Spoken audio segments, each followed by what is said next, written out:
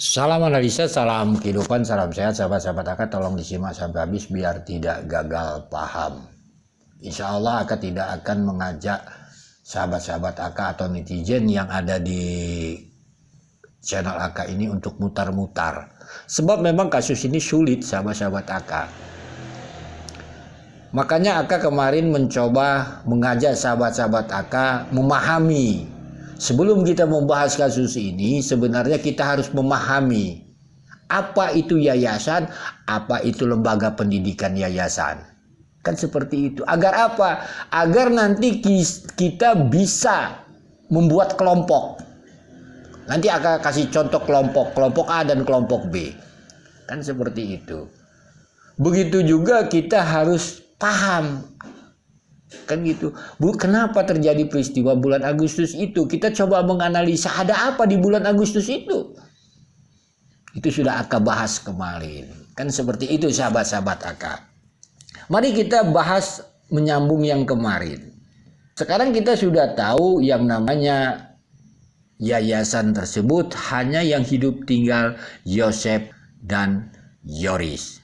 Inilah akan membuat yang namanya grup A dipimpin oleh Yosef, grup B dipimpin sama Yoris. Kan seperti itu sahabat-sahabat Aka. Karena apa? Karena kita akan membahas tentang lembaga pendidikan yayasan, yaitu Danu Wahyu Kosasih Opik. Tetapi karena Opik ini dalam analisa Aka dia tidak terlibat di tanggal 18, tentunya yang sering Aka bahas adalah Danu Wahyu Kosasih.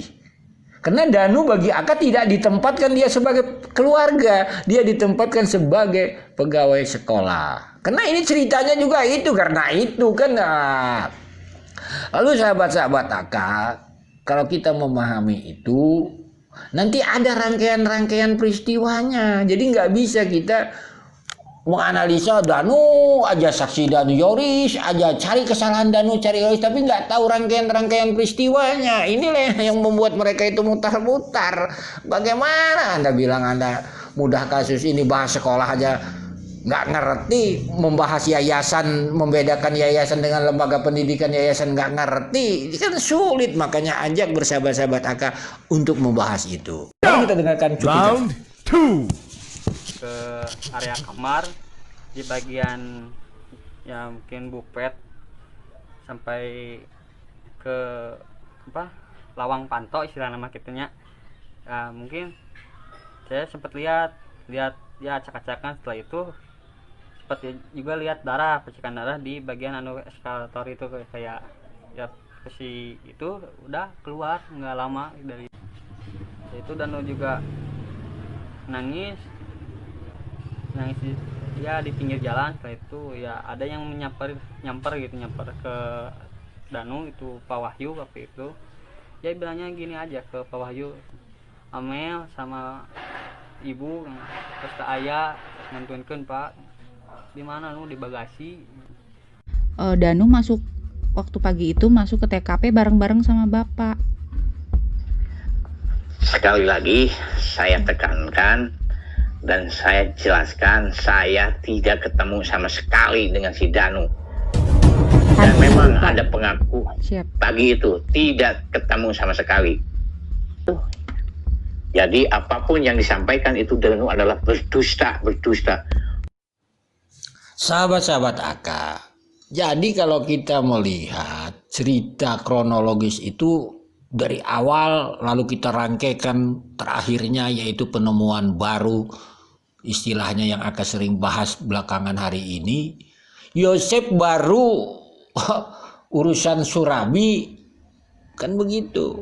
Wahyu Kosasih sudah ada di sekolah yayasan.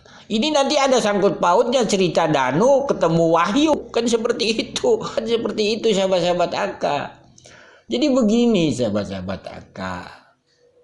Ini peristiwa sebenarnya kalaulah Yosef tidak jujur mengatakan Danu datang malam-malam itu ke rumahnya, ini tidak akan di framing kelompok A itu sahabat-sahabat Aka. Mari kita lihat. Setelah olah TKP ke-9, Kita itu sebelum olah TKP 9 nggak tahu itu yang namanya Danu, nggak ada muncul ke permukaan. Kita harus to the point aja. Danu ini setelah olah TKP ke-9, ya, 9 tentunya ada keterangan Yosef di publik mengatakan bahwa Danulah Mr. Eka inilah yang datang malam-malam ke rumahnya. Lihat sahabat-sahabat AK, inilah garap duduk masnya apa yang terjadi. Yosef dibilang memframing lah dan sebagainya. Karena apa? Karena saudara Danu tidak mengakui. Gitu.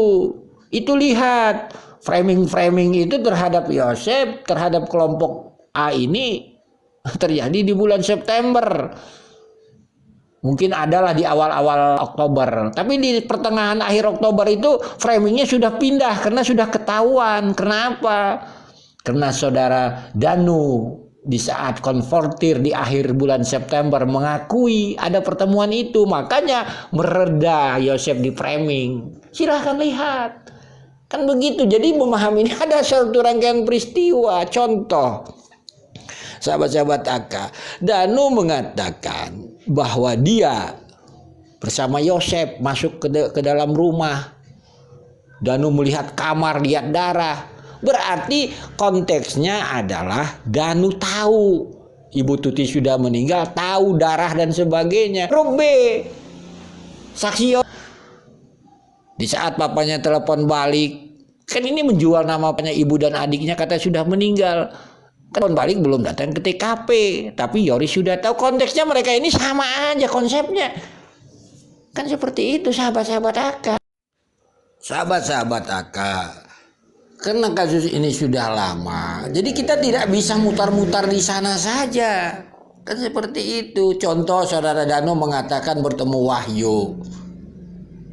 Setelah menangis dia. Kan seperti itu. Pertanyaannya, Wahyu ini kan nggak mungkin ujub-ujub datang dari langit jebrot. Kan enggak itu kan.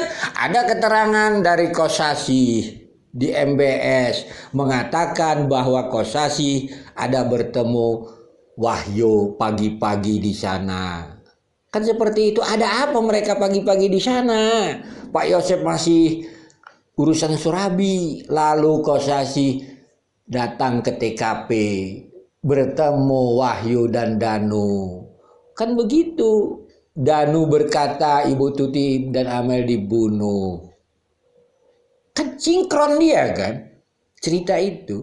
Lihat itu udah Kakak bahas. Lihat di MBS juga ada. Jadi Kakak nggak buat karangan. Jadi intinya permasalahannya itu. Ada rangkaian-rangkaian peristiwa. Sahabat-sahabat AK, siapa ini yang namanya Danu? Jangan ditempatkan sebagai keluarga, nyambung. Tempatkanlah dia sebagai saksi ke sekolah. Kan selama hari ini Danu ditempatkan sebagai keluarga, nggak nyambung. Ya mutar-mutar dia harus ditempatkan sebagai saksi sekolah. Bersama Sasi. Bosnya adalah Yoris. Makanya nanti ada peristiwa tanggal 19. Masa Danu mengajak kepala sekolah. Kan ini udah tujuannya untuk apa? Untuk mengambil motor. Kan begitu. Tapi alibinya menjaga TKP. Ini kan udah jelas-jelas aja ini saksi-saksi ini ada apa. Diketuai oleh kelompok mana? Kelompok B, yaitu ketuanya adalah saksi Yoris. Kan pemahamannya seperti itu sahabat-sahabat. Jadi kalau kita menganalisa hampir 2 tahun ini mutar-mutar tidak diselesaikan, ya seperti itu. Makanya akan mencoba memahami itu, memisahkan saksi dan pendidikan yayasan. Dan akan tidak mau menganalisa Danu ini masuk ke ranah keluarga. Walaupun dia saudara, nggak nyambung dia. Karena ini ada sangkut pautnya dengan saudara Wahyu. Ada sangkut pautnya dengan Kosasi.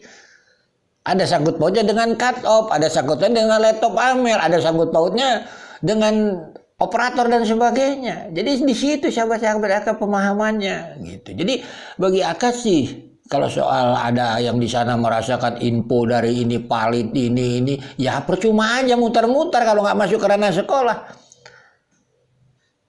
Curiga ini semua orang mencurigai. Tapi rangkaian peristiwanya dibahas enggak?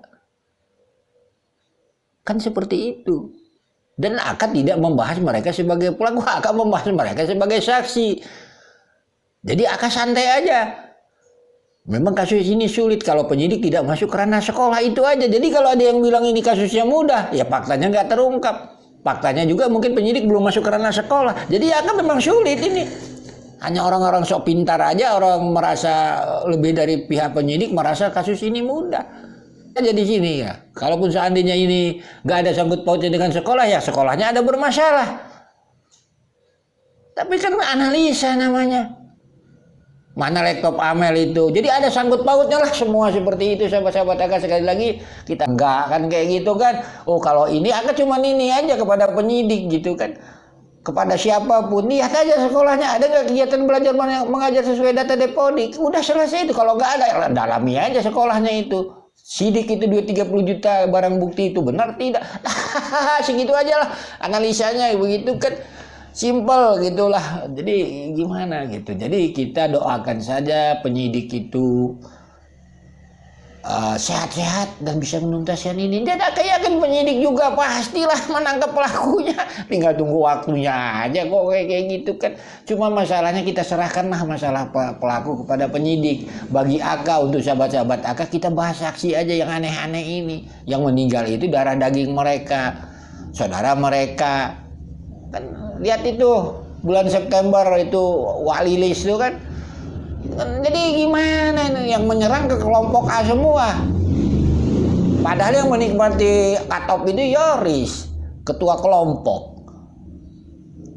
Ini udah segitu sahabat-sahabat, karena kita sambung lagi. Mohon maaf bila ada kata-kata kayak salah. Salam sehat, salam kehidupan.